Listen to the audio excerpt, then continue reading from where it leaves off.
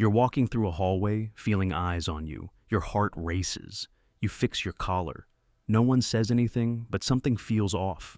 They say it's all in your head, that you're the one overthinking, that people aren't paying attention to your bad skin, your weird smile, your posture, your shoes. They call it the spotlight effect, a comforting, reassuring lie. The idea that nobody's really looking at you. That's only half the truth. They are. Not with words, but with micro-reactions, micro-judgments, the kind you're not supposed to notice, but you always do.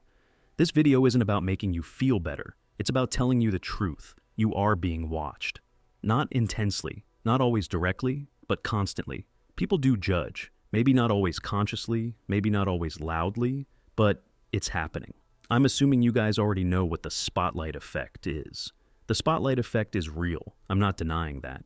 But it's been weaponized into an excuse to pretend people don't see you. Here's the reality. Your brain does overestimate how much attention you get. And yes, sometimes we do exaggerate, but that doesn't mean the attention is zero. The gap isn't between everything and nothing. It's between everything and a lot. The original spotlight effect theory came from a 1999 study. Students wore embarrassing shirts and overestimated how many people noticed them. So, psychologists were like, you see, bro, you're not the center of attention. Nobody really notices. Again, that's only half true. People did notice, just fewer than expected, but not none. And more importantly, in real life, it only takes one person noticing to ruin your self-image. That one chuckle behind you, that one glance down and up, that silence after you speak. We don't break because everyone's watching. We break because someone was. You might not notice it, but your brain does. It picks up on micro-expressions, facial tension.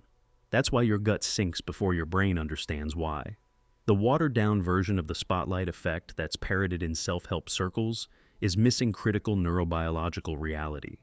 On the surface, it makes sense. We're the center of our own universe, right? Our internal monologue is loud, so we assume everyone else's attention is just as focused on us. But here's where it's just the spotlight effect narrative falls apart. It fails to account for the fundamental, hardwired mechanisms of human attention, social cognition, and evolutionary psychology. We are, by our very nature, social creatures who constantly scan, assess, and categorize our environment. And a huge part of that environment is other people. Let's get a bit clinical. A Princeton study found people judge trustworthiness within 100 milliseconds of seeing your face. They don't need to look long.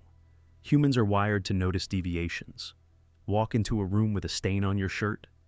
Most won't stare, but their eyes will flick to it, just for 0.3 seconds. Just long enough for the brain to file it away. Ever been in a group where you say something and there's just a second delay before anyone responds? That's not in your head. That's social hesitation, a sign they're subconsciously ranking your input as less valuable. These aren't paranoid delusions. These are measurable, documented social reflexes. And if you think, oh, it's just the spotlight effect, you're leaving yourself blind. Let's look at the neurobiology of social judgment, your brain versus theirs. When you enter a room, their dorsal medial prefrontal cortex, the social evaluation center, lights up within 400 milliseconds.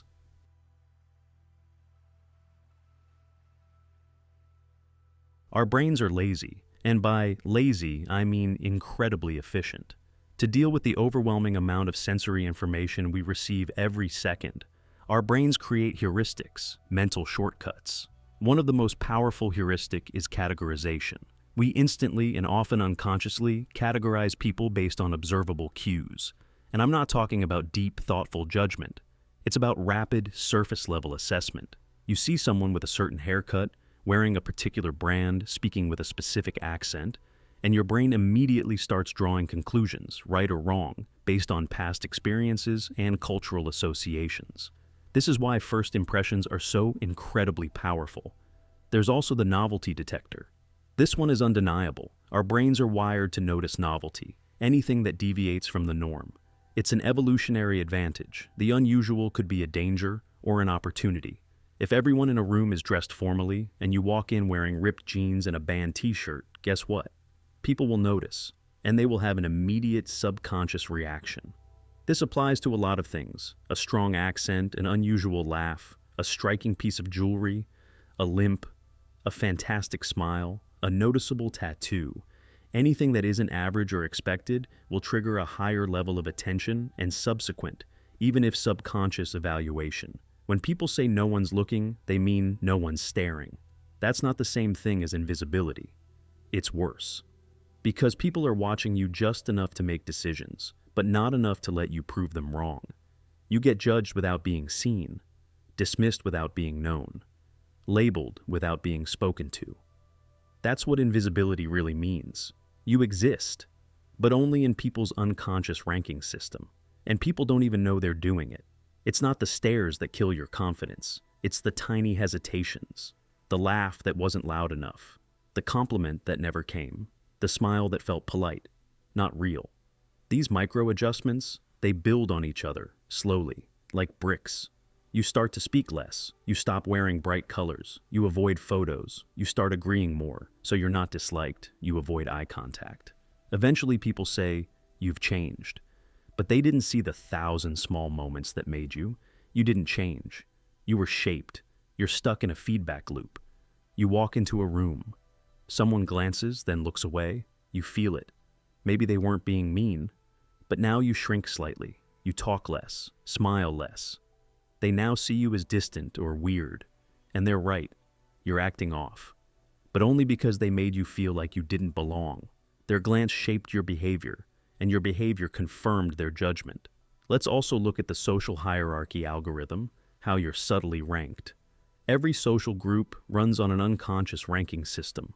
Voice analysis phase, 0 to 2 seconds. Fundamental frequency detection, deep versus high-pitched, or vocal steadiness in jitter-shimmer measurements, and speech rate, fast equals anxious, moderate equals confident. Posture algorithm, 2 to 5 seconds, shoulder width to height ratio. Spinal curvature versus gravitational center. Neck exposure versus jaw protrusion. Gaze pattern assessment, 5 to 8 seconds. Fixation duration on eyes versus mouth. Saccadic speed when breaking contact, and pupillary response to direct engagement. This isn't speculation.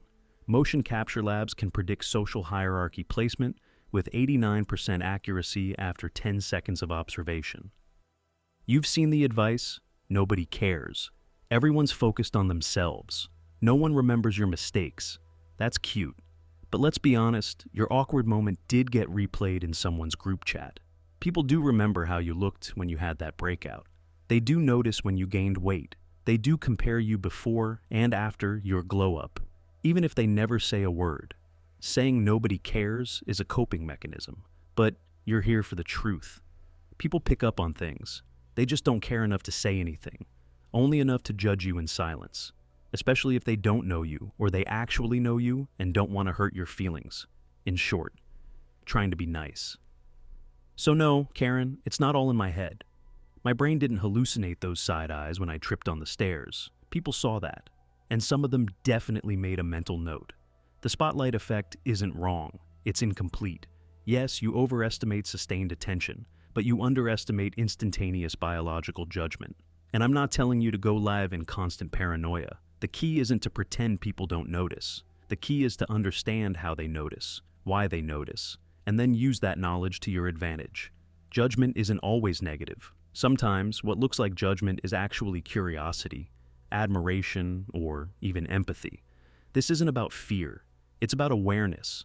And when you understand that, you stop being a passive recipient of perceived judgments. Try improving what you can, and make peace with what you can't. This is the natural way. Thanks for watching.